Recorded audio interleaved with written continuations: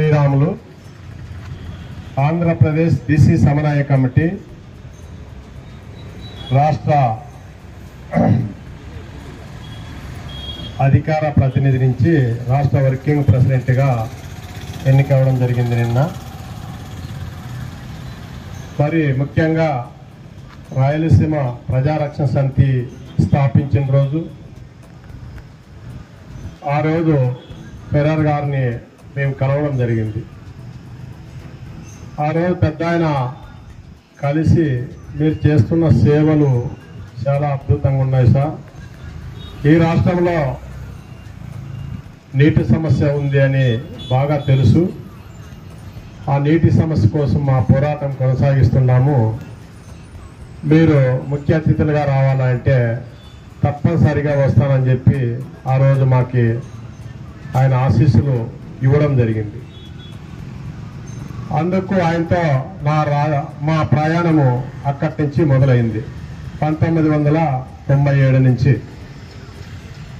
మరి ఈరోజు ఈ కార్యక్రమం పెట్టిన ముఖ్యంగా మా మిత్రులు సాకి హరి గారికి, శ్రీనన్న గారికి, మరి సమావేశానికి హాజరైన సేవా సంకల్పం ఉన్న నాయకులకు, ప్రజా సంఘాలకు అందరికీ పేరు పేరున ప్రజా ఉద్యమాల ద్వారా ప్రత్యేకంగా ధన్యవాదాలు తెలియజేసుకుంటున్నాము. ముఖ్యంగా అనంతపురం అంటేనే కరవ కన్నీటితో అల్లాడుతున్న రాష్ట్రంలో ఏదైనా జిల్లా ఉందంటే అనంత జిల్లానే మొదటి స్థానంలో. అలాంటి జిల్లాని మరి ఆనాడు మహానుభావుడు ఈ కరవని తొలగించాలి, ఇక్కడ పాలించిన పాలకుల కంటే అతి వేగంగా నిర్ణయాలు తీసుకొని మరి ఆనాడు ఎన్నో కష్టాలతో ఈ జిల్లాలోకి అడుగుపెట్టాడు. ఎందరో వ్యతిరేకించినా, ఎంతోమంది ఆయన్ని అడ్డకున్నా ఆనాడు ఆయన లేదు నా ఉద్దేశం వేరు, నా సంకల్పం వేరు, ఇక్కడ నేను సేవ చేసే తీరుతానని చెప్పి అడుగుపెట్టాడు. ఆ రోజు ఎన్నో అనుమానాలు ఉండేటివి. ఆ అనుమానాలు ఎక్కడే కానీ తాగకుండా మరి ఆయన కేవలం ఈ రాష్ట్రంలో, ఈ జిల్లాలో ప్రజలకు ఏమవసరమని గుర్తించి ఆనాడు విద్యకు మొదటి స్థానం ప్రాధాన్యత ఇచ్చాడు. మొదటి స్థానం ప్రాధాన్యత తీసుకొని గ్రామీణ ప్రాంతాలలో మహిళలకు చదువు చెప్పాలి అని నిర్ణయించుకున్నాడు. గ్రామీణ ప్రాంతాలలో ఎస్సీ ఎస్టీ బీసీ మైనార్టీలకు చదువులు చెప్పాలని చెప్పి మన ఆర్టీపీ సంస్థ ద్వారాగా ఈ రాష్ట్రంలో ఎవరు చేయలేనంత పెద్ద ఎత్తున ఒక యుద్ధకి ప్రాధాన్యత ఇచ్చాడు. వాడు ఎస్సీల పిల్లలు కానీ, ఎస్టీల పిల్లలు కానీ, బీసీల పిల్లలు కానీ ఎంతోమంది విద్యకి చదువుకొని ఈరోజు ఎన్నో ఉద్యోగాల్లో కూడా గొప్ప వాళ్ళగా పోవడం జరిగింది. బట్ ఆయన ఎవరికి ఎక్కడే కానీ మతాలు కానీ, కులాలలో కానీ, లేదా ఇప్పుడు అనుకుంటున్నట్ల కేంద్ర ప్రభుత్వాలు అనుకుంటున్నట్ల ఎక్కడే కానీ అలాంటి దాంట్లకు ప్రాధాన్యత ఇవ్వలేదు. ఆయన విద్యకి పెద్దపీట వేశాడు. వైద్యము అవసరం అని చెప్పి ఈ రాష్ట్రంలో హాస్పిటల్లో సరిగా వైద్యం అందలేదని ఆశతో పేదవాళ్ళందరికీ ఉచితంగా వైద్యం అందించాలని చెప్పి ఆయన రెండోది వైద్యం తీసుకున్నాడు. మరి వైద్యం పరంగా ఆయన తీసుకున్న నిర్ణయాలు ఎటువంటివంటే అసలుకి రాష్ట్రంలో ఆ రాయలసీమలో ముఖ్యంగా అనంతపురం జిల్లాలో ఎవరికి ఎంత పెద్ద జబ్బు వచ్చినా మొట్టమొదట గుర్తొచ్చేది ఆర్డిటి హాస్పిటల్. ఆర్డిటి హాస్పిటల్ గుర్తొచ్చేంత ఎద్దకి వెదిగి దాంట్లో లక్షల కోట్లు మందులు అందించాడు, మెడిసిన్స్ సప్లై చేశారు. మరి అదేవిధంగా ఎంత ఖర్చు వచ్చినా కూడా పేషెంట్లకి ఖర్చు పెట్టి మరి వాళ్ళని సురక్షితంగా వాళ్ళ ఇళ్ళకి సాగనంపించిన చరిత్ర ఎవరికైనా ఉంది అంటే ఆంధ్రప్రదేశ్లో ఇక్కడ ప్రత్యేకంగా అనంతపురం జిల్లాలో ఆర్డిటి సంస్థ పెరార్ గారికి ఆనాడు దక్కింది. మరి అటువంటి సేవా సంకల్పము ఉన్న మహాన్ భావుడు మా అందరి గుండెల్లో దేవుడుగా నిలిచాడు. ముఖ్యంగా మా ఇంట్లో మా కుటుంబంలో మా భార్యకి 2013లో ఒక పిలుసు వచ్చి వాయు వచ్చి పడిపోయి ఆమె కోమాలోకి వెళ్ళిపోయింది. కోమాలోకి వెళ్ళిపోయినప్పుడు నేను ఆమెను ఎట్లన్నా రక్షించుకోవాలని చెప్పి అతి వేగంగా ప్రైవేట్ హాస్పిటల్లో చేరిస్తే ప్రైవేట్ హాస్పిటల్లో 2 గంటల్లోనే మాకు 1,20,000 ఖర్చు వచ్చింది. ఇక్కడ కాదు అని వాళ్ళు చేతులు ఎత్తేసినప్పుడు మేము అతి వేగంగా ఇక్కడి నుంచి బెంగళూరుకి కొలంబై హాస్పిటల్లో అడ్మిట్ చేశాం. అక్కడ చేసినప్పుడు బతుకుతాదో లేదో తెలియదు, కానీ మేమైతే చేర్చుకుంటాం, పెద్ద ఎత్తున ఖర్చు వస్తానంటే సరేలే సార్ చేయండి అని చెప్పాం. అక్కడ చేర్చుకున్న తర్వాత 16 రోజులకి అక్కడ రోజు 45,000 బిల్లు కట్టించుకోవడం జరిగింది. ఆ రకంగా రోజు 50,000 ప్రకారంగా మేము ఖర్చులు పెట్టుకుని అక్కడ చూసాం. 8 లక్షల రూపాయలు అక్కడ మేము ఖర్చు చేశాం.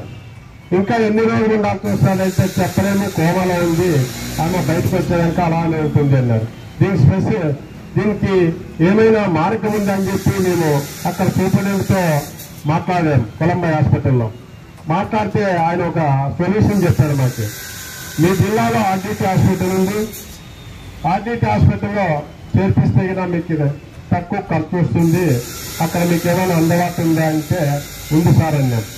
అప్పుడు అక్కడి నుంచి ఇక్కడ మాట్లాడారు వాళ్ళే డాక్టర్లతో.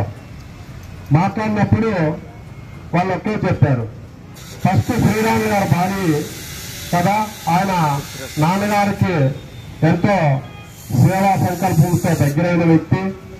మరి మేము అక్కడ గుడి కట్టుకోవాలన్నప్పుడు అక్కడ ఏదో సమస్య ఉందన్నప్పుడు కుంగిరి మండలంలో దాన్ని ఆయన అక్కడ వెళ్ళి దాన్ని క్లియర్ చేసి అక్కడ గుడి కట్టుకోవడానికి కూడా అవకాశం ఇచ్చాడు. మేము ఆయన రుణం తీర్చుకుంటాము, తీసుకురాండి అని చెప్పి చెప్పడం జరిగింది. మేము ఇక్కడ ఆర్డిటీలోకి చేర్చాం. చేర్చిన తర్వాత పెరార్ గారు కొడుకు ఇప్పుడున్న సారు అక్కడ వచ్చాడు, అక్కడ చూశాడు, డాక్టర్లందరినీ పిలిపించి అక్కడ తల్లి మా భార్య దగ్గరికి వచ్చి చూసి ఎక్కడ తిరిగి ఎంత ఖర్చు వచ్చినా పర్వాలేదు, ఈ అమ్మకి ఖర్చు పెట్టండి, ఒక్క రూపాయి కూడా శ్రీరాముల అకౌంట్లో కట్టించుకోవద్దండి అని అన్నారు. మేము అడ్మిట్ చేసిన 2 లక్షలు కట్టాం. ఆ 2 లక్షలు కూడా మాకు వెనక్కి ఇప్పించాడు. ఇప్పించి మా భార్యకి ఎంత ఖర్చు వచ్చిందంటే హాస్పిటల్లో అర్ధం ఖర్చు చేసినప్పటికీ 13,86,000 ఖర్చు వచ్చింది.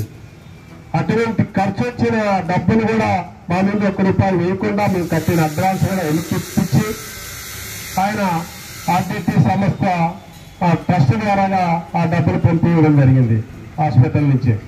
మరి అంత గొప్ప గుణమున్న వ్యక్తులు ఈరోజు ఎంత కష్టాల్లో ఉన్నారంటే మాకు ఎంతో బాధ కలిగింది.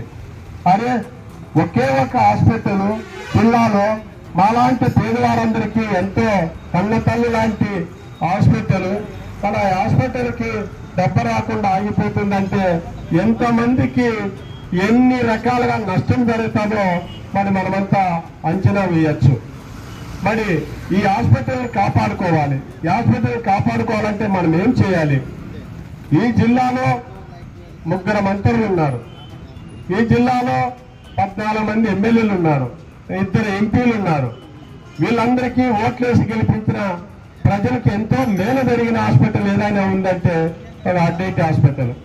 మరి ఈ ఆర్డిటి హాస్పిటల్ పోకుండా కాపాడే శక్తి సమర్థాలు ఆ నాయకులకు ఉంది. ఆ నాయకులు తప్పనిసరిగా దీంట్లో ఇన్వాల్వ్మెంట్ కావాలి, ఆ మంత్రులు దీంట్లో అర్థం చూపించాలి. మరి ప్రజా ఓటుతో ఎన్నికైన పాలకులు దీన్ని కాపాడుకున్నట్లయితే ఆ కీర్తి, ఆ కిరీటము ఆ పాలకులకే దక్కుతుందని చెప్పి సభాముఖంగా నేను తెలియజేస్తున్నాను. తప్పనిసరిగా వాళ్ళు వేరే పనులు ఎన్ని ఉన్నా కూడా వాటన్నిటినీ పక్కన పెట్టి మరి రాష్ట్ర ముఖ్యమంత్రి దృష్టికి తీసుకెళ్లి, రాష్ట్ర ముఖ్యమంత్రి ద్వారాగా కేంద్రం దృష్టికి తీసుకెళ్లి మరి కేంద్రంలో కూడా మాట్లాడి ఏమి బంద్ చేస్తారో తెలియదు, కానీ ఆర్డిటి సంస్థను మాత్రం బంద్ చేయొద్దండి. ఆర్డిటి సంస్థకు వస్తున్న పరిసరాలు బంద్ చేయొద్దండి అని చెప్పి నిలబెట్టాల్సిన బాధ్యత కూడా ఈ ఎమ్మెల్యేల పైన ఉందని చెప్పి నేను ఈ సభాముఖంగా తెలియజేసుకుంటున్నాను. ఎందుకంటే మనం రోడ్ల మీద ఎన్ని ఉద్యమాలు చేసినా కూడా వాళ్ళు సహాయ సహకారాలు ఖచ్చితంగా ఉండాలి.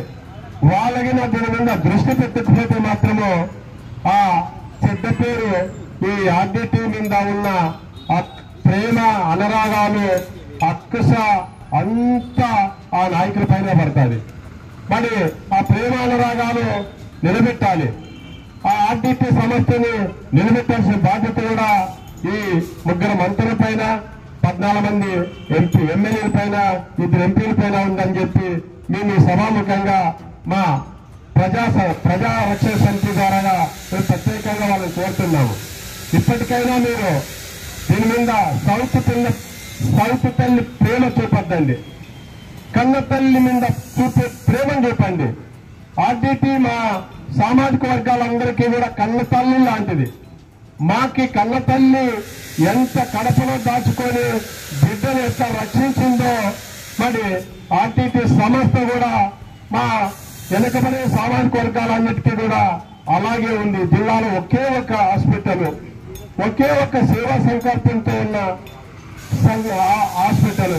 మరి ఆ హాస్పిటల్ని ఆపేస్తే ప్రైవేట్ సంస్థలకి మేలు జరుగుతాయని మీరు ఎక్కడైనా ఆశపడితే మాత్రము రేపొద్దున మీకు ప్రజలే గుణపాఠం చెప్తారు. విద్యాపరంగా మీకేమి నష్టం లేదు, చేతగాని వాళ్ళకి విద్య చెప్తాంది. వైద్యపరంగా మీ హాస్పిటల్కి వచ్చి ఆ డబ్బు కట్టలేని వాళ్ళు ఈ ప్రైవేట్ హాస్పిటల్లో చేయించుకుంటున్నారు. కాబట్టి పాలకులు దీని మీద దృష్టి పెట్టాలి, పాలకులు ఖచ్చితంగా ఆలోచించాలి. మరి ఈ ఉద్యమం ఎంత ముందుకు నడిపినా దీంతో కూడా మేము ప్రజా సంఘాల ద్వారా కుల సంఘాలు కూడా కూడగడతాము. మరి మా వంతుగా కూడా పెద్ద ఎత్తున ఉద్యమాలు చేయడానికి మేము ముందుంటాము. మరి ప్రజారక్షణ సమితి కూడా దీంట్లో ఒక భాగస్వాములుగా పాల్పంచుకుంటుంది. మరి దీన్ని ఎంత పెద్ద ఉద్యమం అయినా కూడా జిల్లాలో ప్రజలంతా కూడా కలిసి రావాలి. గ్రామీణ ప్రాంతాల్లో ఉండే సామాజిక వర్గాలంతా కూడా కలిసి రావాలి. మీరు ఆటోల్లో వస్తారు, నడుచుకొని వస్తారు, మరి రోడ్ల మీదకి రావాల్సిన పిలిపించినప్పుడు మాత్రము తప్పనిసరిగా రావాలని చెప్పి మేము ఈ సభాముఖంగా తెలియజేస్తున్నాము. మన ప్రజలు కూడా దీన్ని కాపాడుకోవాలి, ప్రజా సంఘాలు కూడా దీనికి రక్షణగా నిలవాలి, కుల సంఘాలన్నీ కూడా దీనికి తోడుగా ఉండాలి. మరి ఇదేమి ఎవరికి నష్టం వచ్చేది కాదు, ఏ రాజకీయ పార్టీకి ఓట్లేమని చెప్పినది కాదు, ఏ రాజకీయ పార్టీని ప్రోత్సహించినది కాదు. కాబట్టి వాళ్ళ పనులు చేసుకుని వెళుతున్నారు. దానికి మనం కూడా పెద్ద ఎత్తున మద్దతుని నిలిచి దాన్ని ఆర్డిటి సంస్థని కాపాడుకుందామని చెప్పి ఈ సభాముఖంగా తెలియజేస్తూ ముందు ఏ నిర్ణయాలు తీసుకున్నా కూడా దాంట్లో మేము కూడా ప్రత్యక్షంగా పాల్గొని మా పాత్ర ముందుంటాలని చెప్పి ఈ సభాముఖంగా తెలియజేస్తూ మరి ఈ అవకాశం ఇచ్చిన పెద్దలందరికీ కూడా మరొకసారి ధన్యవాదాలు తెలియజేస్తున్నాను. మరి సాకే హరి గారు మా మిత్రులు, ఆయన ఎన్నో ఇప్పటికే ఉద్యమాలు చేస్తున్నాడు. మరి ఆయనకి మరింత భగవంతుడు శక్తినిచ్చి మంచి ఆరోగ్యం ఇచ్చి నడిపించాలని ఈ ఆర్డిటి సంస్థను నిలబెట్టే దాంట్లో ఆయన మొదటి స్థానంలో ఉండాలని చెప్పి నేను కోరుకుంటూ ఆయనకు మేము అందరూ కలిసి అంతే తోడుగా ఉంటామని చెప్పి తెలియజేస్తూ ఈ అవకాశం ఇచ్చిన పెద్దలందరికీ కూడా